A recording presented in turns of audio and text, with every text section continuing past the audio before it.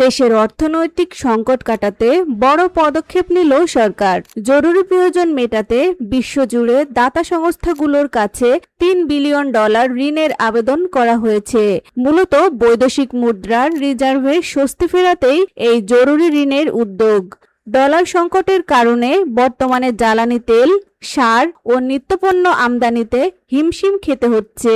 এই $3 বিলিয়ন পাওয়া গেলে সেই চাপ অনেকটাই কমে আসবে। সরকারের পক্ষ থেকে জানানো হয়েছে, বিশ্ব ব্যাংক এবং এশীয় উন্নয়ন ব্যাংক বা এডিবির মতো প্রতিষ্ঠানগুলোর কাছে এই অর্থ চাওয়া হয়েছে। বর্তমান বিশ্ব পরিস্থিতির কারণে আমদানিকৃত পণ্যের দাম অনেক বেড়েছে, যার প্রভাব পড়ছে দেশের বাজারে।